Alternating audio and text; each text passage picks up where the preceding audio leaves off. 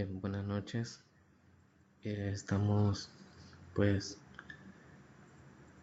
pues, lo que son las tutorías. Estamos ya en la unidad número 4 y esta es por ende la tutoría número 4.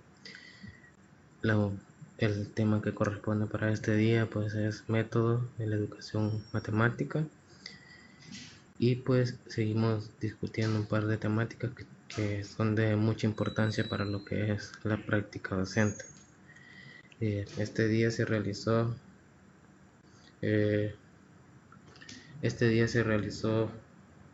lo que es la segunda práctica en el centro educativo,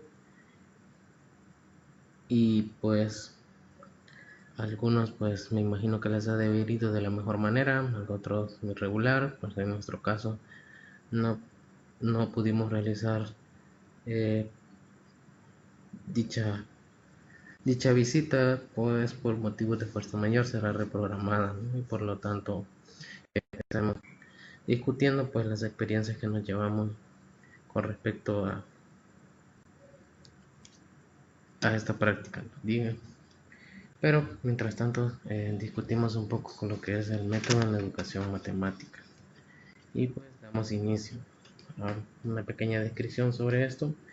Y es que, bueno, como en el desempeño de la profesión docente se producen diferentes situaciones en las que un experto en didáctica, un profesor, un maestro debe emitir un juicio o tomar una decisión acerca de la educación, del uso de un método para el aprendizaje de las matemáticas. Nuestra labor, algunos casos para los que tuvieron la oportunidad de ir a los centros educativos podrán darse cuenta de que hay que ser un experto, ¿no?, en tomar decisiones y juicios de la mejor manera, que nos ayude a ejercer el buen uso de lo que es la didáctica para el aprendizaje en las matemáticas.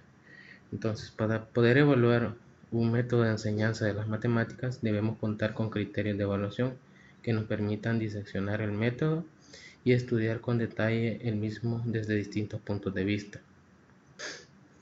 Es decir, que un método puede reflejar adecuadamente el contenido matemático apropiado para la educación infantil, pero proponer tareas demasiado complejas para una determinada edad también pueden encajar en el proyecto curricular del centro, pero no conectar con los intereses de los estudiantes.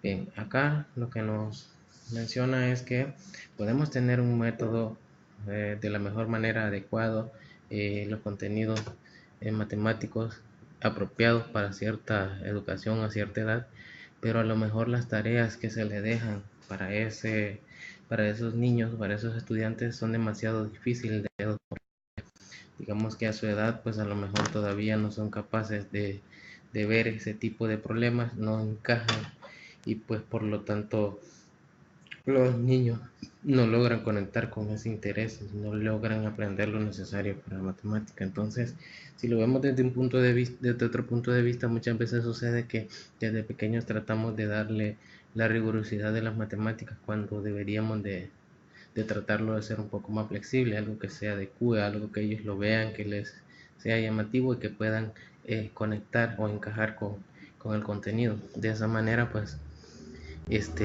los niños sentirán el interés por la asignatura y en este caso por el contenido que se está desarrollando. Eh, Podemos analizar múltiples facetas de un mismo método, y para ello necesitamos una herramienta de análisis sensible a esta multidimensionalidad. Es decir, necesitamos una herramienta que nos ayude a, a unir todas esas múltiples facetas de un mismo método. Entonces, la idoneidad didáctica de un método para la enseñanza de las matemáticas se define como el grado en que dicho método resulta adecuado para su puesta en práctica en el aula de educación infantil. Es decir, la mejor didáctica, el mejor método será aquel que se ajuste, de los resultados y sea el más propicio ya en la práctica dentro del aula, eh, en un, ya sea para niños, jóvenes, etcétera. Bien, entonces esta idoneidad se estudiará a través de la reflexión sobre los distintos componentes. Es decir, tenemos que hacer la parte matemática, el cognitivo, lo internacional, interaccional, el mediacional, el afectivo y el ecológico. Entonces, bueno, se explicará un poco cómo evaluar cada uno de estos componentes para tener una visión de conjunto que permitirá valorar y ver un método de una manera más global. Entonces, tenemos ahí que desde un punto, que desde el punto de vista de las matemáticas y de su aprendizaje, dos preguntas que surgen inmediatamente al evaluar un método para aprender matemáticas son, es decir, surgen dos preguntas sumamente importantes, las cuales son, ¿qué matemáticas se proponen en el método? ¿Qué se entiende en el método por aprender matemáticas? Esto, dicho de otra manera, en todo método para aprender matemáticas hay una concepción de qué son y cómo se aprende. Y cómo se aprenden las matemáticas. Es decir, para poder entender o para poder analizar el mejor método que se puede dar o se puede enseñar para aprender matemáticas, debemos de tener claro dentro del método que aplicaremos qué matemáticas es la que propone el método, es decir, dentro de ese método qué tipo de matemáticas están inmersas y qué se entiende por el método, es decir, cómo el método me deja claro cómo voy a aprender matemáticas. Entonces esas son las dos preguntas importantes que se deben hacer. Entonces tenemos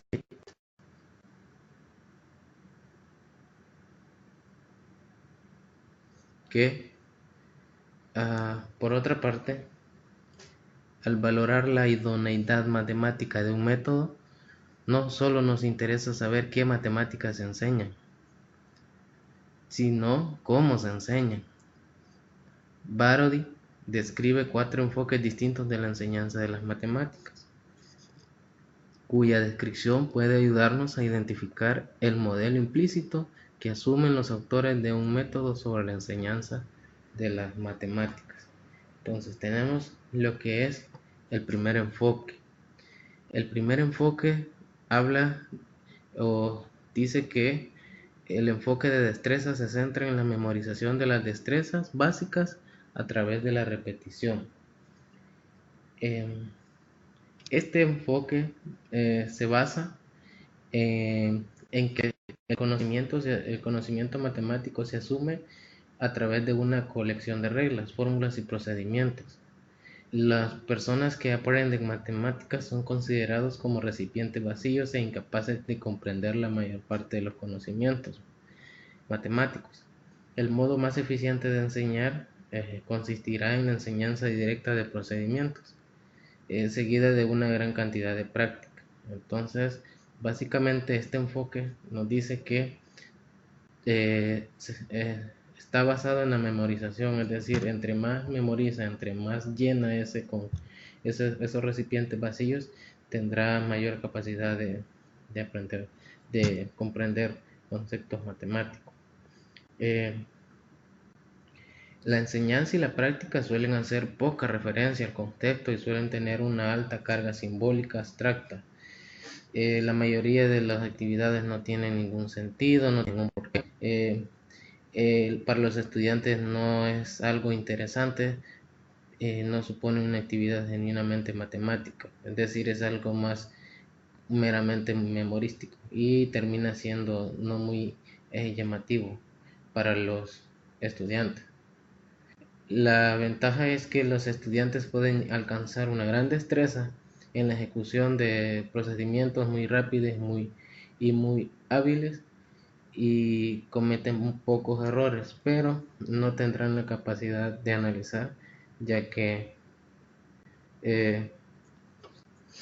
pues solamente han aprendido a memorizar.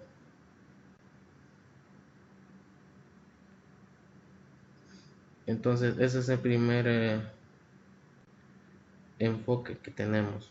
Luego tenemos el segundo enfoque, este que aparece por acá, y dice que es el enfoque conceptual. Estábamos hablando del enfoque de destrezas que se centra en la memorización. Ahora tenemos el enfoque conceptual. Este se centra en el aprendizaje de procedimientos por comprensión. ¿Qué significa esto? Que en este enfoque las matemáticas son consideradas como una red de conceptos y procedimientos. Los niños son considerados capaces de hacer matemáticas siempre que se les enseñe cómo funcionan los procedimientos. El objetivo de este enfoque es que los niños consigan aprender las reglas, fórmulas y procedimientos de un modo significativo y con precisión. Los procedimientos simbólicos se representan mediante modelos concretos.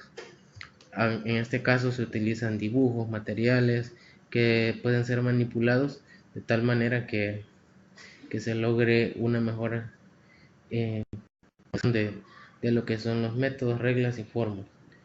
En algunas ocasiones las actividades se presentan descontextualizadas y pues no está claro su sentido, es decir, no queda claro por qué se hace. Y bajo este enfoque hay un esfuerzo por promover un aprendizaje significativo. Entonces, si vemos este enfoque, pues trata de darle que los niños comprendan un poco el porqué de las fórmulas, el porqué de las reglas. Trata de darle un enfoque no tan memorístico y se utilizan ciertos modelos, ya sean dibujos, materiales que puedan ser manipulados de tal manera que se pueda promover un aprendizaje significativo. Tenemos el enfoque de resolución de problemas y dice que es radicalmente opuesto al de destrezas. ¿Qué significa eso? Este enfoque se centra en el desarrollo del pensamiento matemático a través del razonamiento y la resolución de problemas. Se consideran las matemáticas como una forma de pensar, un proceso de investigación o como una búsqueda de regularidades con el fin de resolver problemas. Se considera que los niños son poseedores de un pensamiento inmaduro y unos conocimientos incompletos, pero que cada niño está dotado de una gran curiosidad natural y que puede ser capaz de construir activamente su propio conocimiento y su comprensión de lo que son las matemáticas.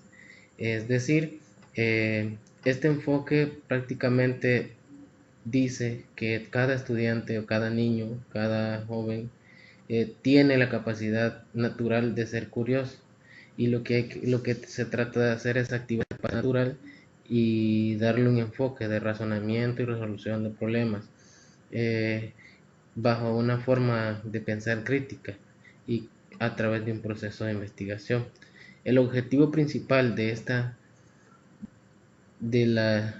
este tipo de enseñanza es que introducir al principiante, al niño, en la actividad matemática a través de la resolución de problemas reales para los niños, es decir, problemas que resuelvan situaciones diarias. El profesor actúa como un compañero en el proceso de investigación sin dirigir este proceso, es decir, está ahí, actúa sobre él, pero no lo dirige. Y este enfoque es secundario al desarrollo del pensamiento matemático. Entonces, esa es básicamente la característica de este enfoque. Y por último tenemos lo que es el enfoque investigativo. Este dice que es una mezcla del enfoque conceptual y el de resolución de problemas. Entonces, para este enfoque, las matemáticas se ven simultáneamente como una red de conceptos y procedimientos y como un proceso de investigación. Dice que bajo este enfoque los niños son considerados como capaces de construir activamente su conocimiento, una construcción que es medida y guiada por el profesor y este lo hace a través de ciertas propuestas de actividades previamente planificadas y también a través de experiencias de investigación que surgen durante el proceso de aprendizaje. El objetivo es que se aprendan reglas, procedimientos y fórmulas de un modo significativo, pero también deben adquirir competencias de razonamiento que puedan ser representación, comunicación y resolución de problemas. Entonces, ahí tenemos los cuatro enfoques de los cuales estábamos discutiendo. Entonces vamos a ver ahora un poco de la metodología del proceso de enseñanza-aprendizaje de la matemática. Entonces, bajo este enfoque tenemos que, según Nerisi, un autor, considera que es el conjunto de métodos y técnicas lógicamente coordinadas para dirigir el aprendizaje del alumno hacia determinados objetivos. El método es el que da sentido de la unidad de los pasos de enseñanza y del aprendizaje, principalmente en lo que atañe a la representación de la materia y la elaboración de la misma. Los elementos que hacen parte de una estrategia metodológica se distinguen, entre otros se distinguen los siguientes. Tenemos acá lo que son objetivos, actividades, métodos y recursos. Entonces, estos son los elementos que hacen parte de una estrategia metodológica. Entonces, podemos hablar de algunos.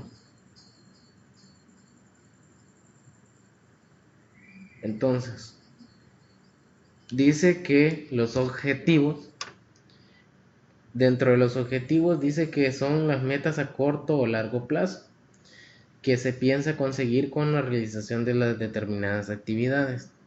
Las actividades son tareas o acciones a seguir tras la consecución de un objetivo a solucionar determinada dificultad. Ahora, después de una actividad, el método es la forma o el proceso a seguir en la ejecución de una o varias actividades a fin de conseguir determinada meta o objetivo. Y por último tenemos que los recursos. Los recursos dice que son los materiales que hacen posible la aplicación de un método determinado. Entonces, pero aparte de estos elementos, también es necesario definir las siguientes funciones de una estrategia metodológica. Es decir, una estrategia metodológica tiene una función orientadora y tiene una función integradora. Entonces, la función orientadora dice que es la que ayuda al docente en la ejecución de determinadas actividades o acciones en pos de un objetivo educativo determinado.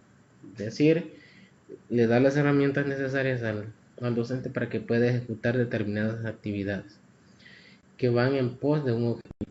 Y la función integradora dice que globaliza diferentes conocimientos donde se centren determinadas falencias o problemas que impidan la consecución de un objetivo educativo. Dentro de la función integradora podemos mencionar una función planificadora, que es la que le permite al docente prever diferentes situaciones que pudiesen condicionar el proceso de la enseñanza-aprendizaje. Luego también tenemos ahí que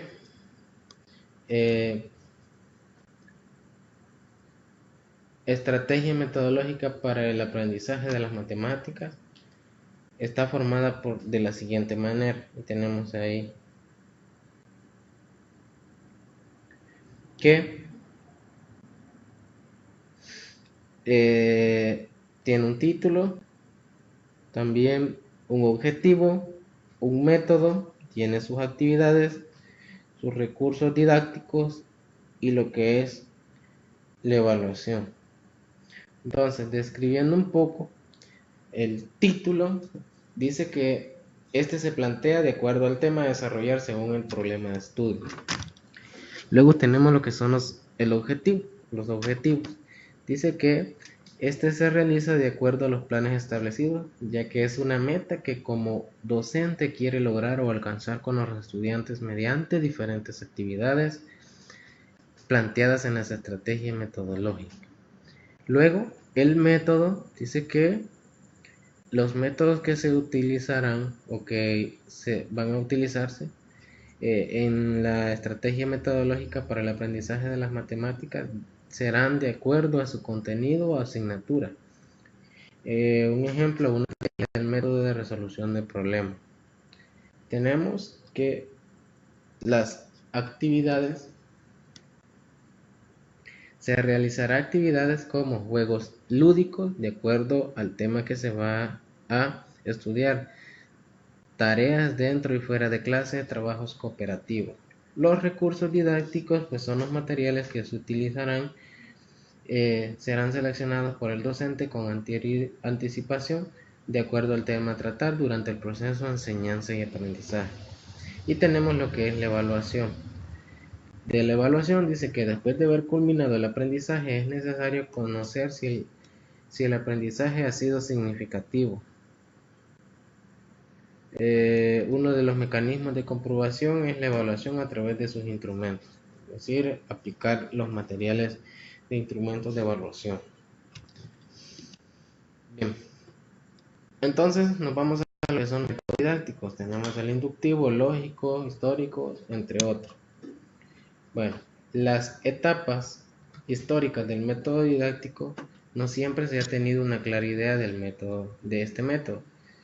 Se conocen 5 etapas a través de las cuales han ido perfeccionándose el método de la enseñanza.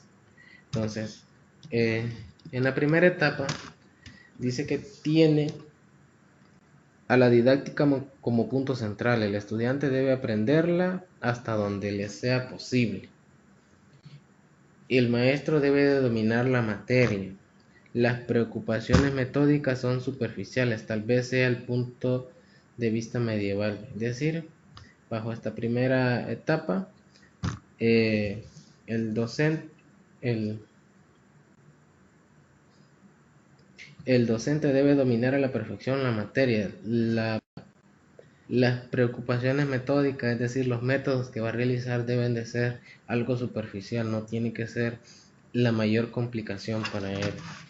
En la segunda etapa tenemos que en el siglo XVII tenemos que bajo los didácticos Radke y Comenio, estos dicen que intentan presentar la materia teniendo en cuenta el alumno e introducen así de cierto modo el factor psicológico. Es decir, en la primera etapa se tenía como punto central lo que era la didáctica, luego en la segunda etapa se intenta introducir el factor psicológico. Luego para la tercera etapa, que fue en el siglo XVIII, en la época de Rousseau y Pestalozzi, trabajan estos se enfocan en el perfeccionamiento de los métodos. Incurren primero en el extremo de transformar el trabajo espiritual en un juego que se requiere ahorrar el esfuerzo del niño, suavizando en lo posible lo que es aprender. Entonces Pestalozzi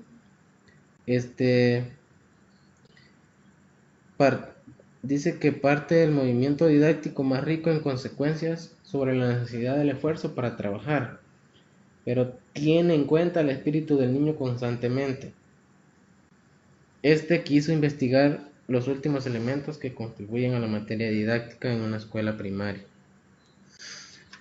Entonces, como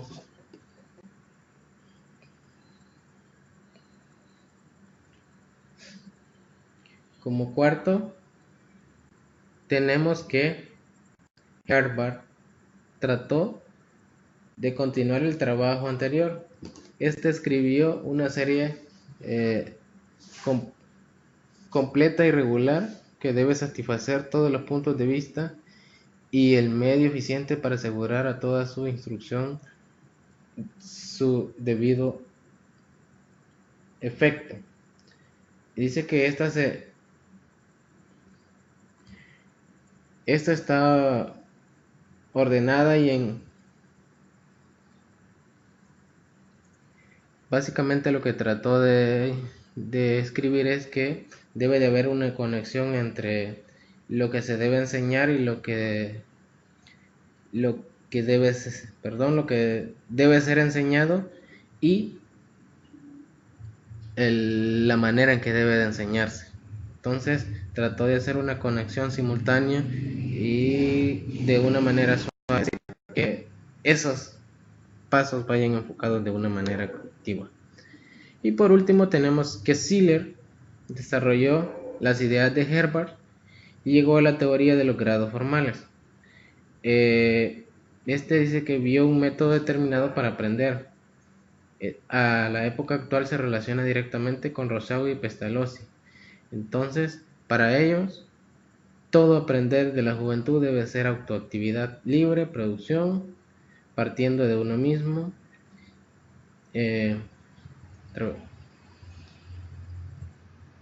Entonces, en la última parte, pues lo único que hizo Schiller fue desarrollar, porque Herbart creó una serie didáctica, es decir, una serie de pasos, y Herbart desarrolló esas ideas.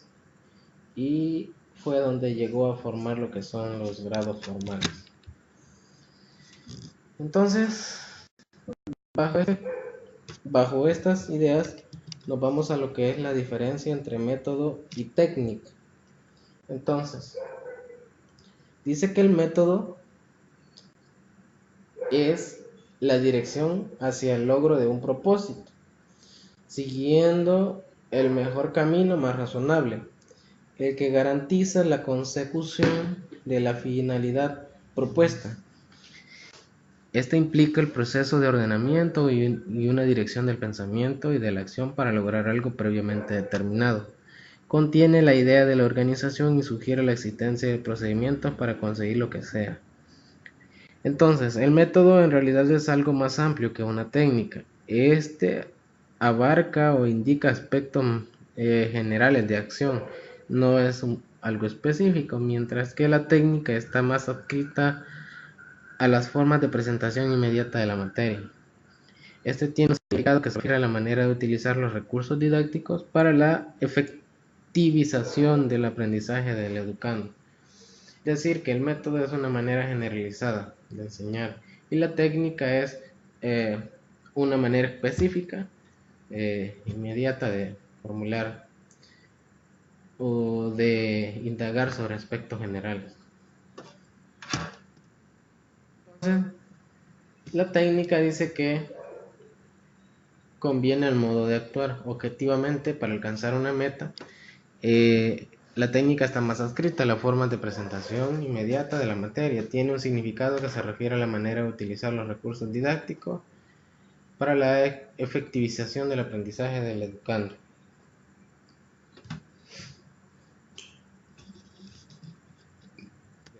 Entonces, bajo esto tenemos que método de enseñanza son el conjunto de métodos y técnicas lógicamente coordinados para dirigir el aprendizaje del alumno hacia determinados objetivos.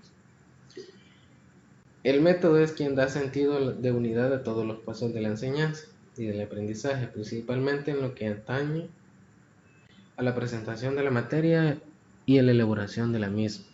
Luego, el método didáctico dice que es el conjunto lógico y unitario de procedimientos didácticos que tienden a dirigir el aprendizaje, incluyendo en él desde la presentación, elaboración de la materia hasta la verificación del aprendizaje. Entonces, el método de enseñanza básicamente son el conjunto de métodos y técnicas que están coordinados para dirigir el aprendizaje de un alumno. El método didáctico no es más que el conjunto lógico de procedimientos didácticos que van a dirigir el método de enseñanza. Y las técnicas de enseñanza son los recursos didácticos con los que vamos a a contar o con los que vamos a necesitar para concretar el momento de la lección, es decir, para concretizar el método didáctico o el método de enseñanza a través de lo que son las técnicas. Entonces, tenemos por ahí lo que son los métodos didácticos inductivos, lógicos, históricos, entre otros. Los métodos didácticos, de un modo general y según su naturaleza, de los fines que preocuparán alcanzar. Estos dicen que pueden ser el inductivo. El método inductivo va de lo particular a lo general. Sugiere que se dé a través de casos particulares en lo que se descubre el principio general que los rige. El método inductivo es el más indicado para el estudio de las ciencias, porque se basa en la experimentación y la observación de los hechos.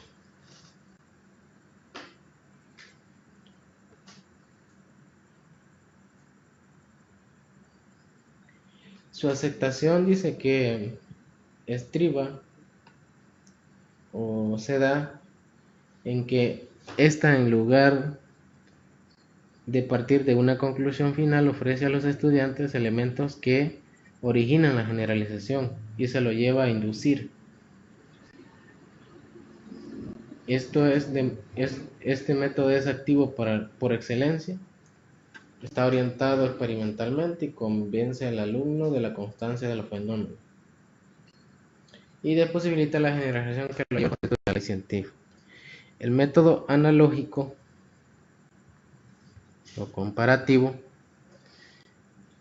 este se da cuando los datos particulares que se presentan permiten establecer comparaciones que llevan a una conclusión por semejanza. En muchas ocasiones debemos de decir que hemos precedido por analogía, que ciertos aspectos son iguales, ciertas características son iguales, etc. En este caso, el pensamiento va de lo particular a lo particular, no trasciende. Tenemos el método lógico. Este procura estructurar los elementos de la clase según las formas de razonar del adulto, por lo que atrae demasiado a los alumnos de la escuela primaria. Es decir, no atrae a los alumnos de la escuela, ni a los adolescentes. Entonces, el recomiendo de los años es a partir de antecedentes o de experiencias concretas. Entonces, el método lógico es más de razonar, y este no es muy llamativo para niños y adolescentes. El método psicológico responde en mayor grado a la edad evolutiva del educando que a las determinaciones lógicas del adulto. Este sigue el camino del concreto a lo abstracto, de lo próximo a lo remoto, se ciñe más a la motivación del momento que a un esquema rígido establecido. El método simbólico o verbalístico dice que los trabajos de clase son ejecutados a través de las palabras. Su único medio de comunicación es el lenguaje oral y escrito. Se presta para la técnica expositiva. Un exclusivo procedimiento verbalístico no es recomendable porque termina por cansar y desinteresar a los estudiantes. Es decir, el método demasiado verbalístico pues aburre rápidamente o da sueño, en otras palabras. Tenemos el método heurístico. Este dice que es que el profesor incita al alumno a comprender antes de fijar el conocimiento, implicando justificaciones o fundamentaciones lógicas o teóricas que pueden ser presentadas por el profesor e investigadas por el alumno. Es decir, el heurístico, pues el profesor trata de que se comprendan ciertos contenidos antes de darle una fijación formal a lo que es el problema, y para ellos pues trata de darles ciertas orientaciones lógicas que de manera investigativa puedan encontrar. Entonces, el método analítico Este se basa en el análisis. Esto es en la separación de un todo en sus partes o en sus elementos constitutivos. Es decir, se encarga de separar los elementos y hacer un previo análisis. Eh,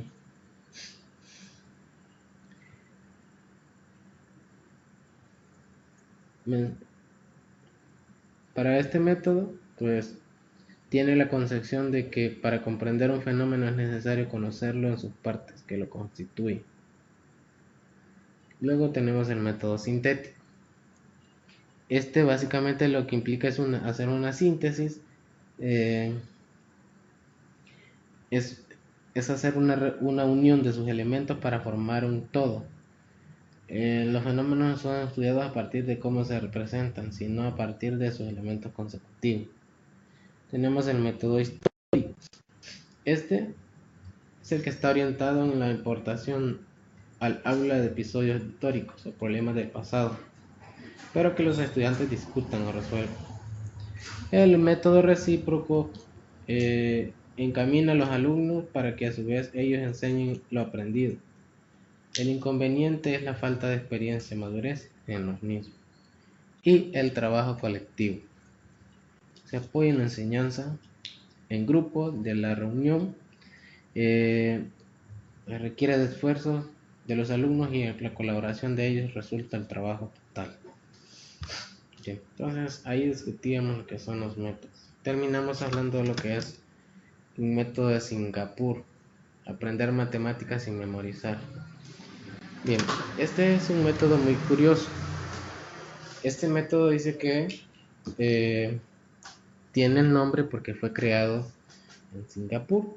En esta ciudad, en este país, los resultados no eran favorables, es decir, los resultados de matemáticas, las enseñanzas de la matemática no era favorable. Para poder mejorar el proceso de la enseñanza y aprendizaje de las matemáticas, se preocuparon de construir su propio método. Se apoyaron en un currículo contextualizado, pusieron textos de estudio para docentes y los estudiantes y un conjunto de materiales que beneficiaron la manera de aprender matemáticas. Bien. Pero la propuesta didáctica del método de Singapur se preocupó por sustentar su metodología en 3 fundamentos teóricos desarrollados desde la psicología cognitiva. Con esta propuesta lograron alcanzar niveles destacados en las mediciones internacionales, por lo que en muchas partes es mirada en la forma de enseñar matemáticas que ideó Singapur, y de ahí fue que surgió lo que es el nombre del método de Singapur. Entonces, en el marco curricular, el método de Singapur se sustenta en 3 ideas fundamentales. Tenemos ahí que la primera idea es el enfoque concreto, pictórica, abstracto. Este método postula que el aprendizaje de las matemáticas debe ir progresivamente desde lo más concreto, pasando por lo pictórico hasta llegar a lo abstracto de las matemáticas. En los primeros años de aprendizaje es necesario que los estudiantes trabajen con diversos materiales concretos para poder interiorizar los conceptos matemáticos que serán base de aprendizajes posteriores. La segunda idea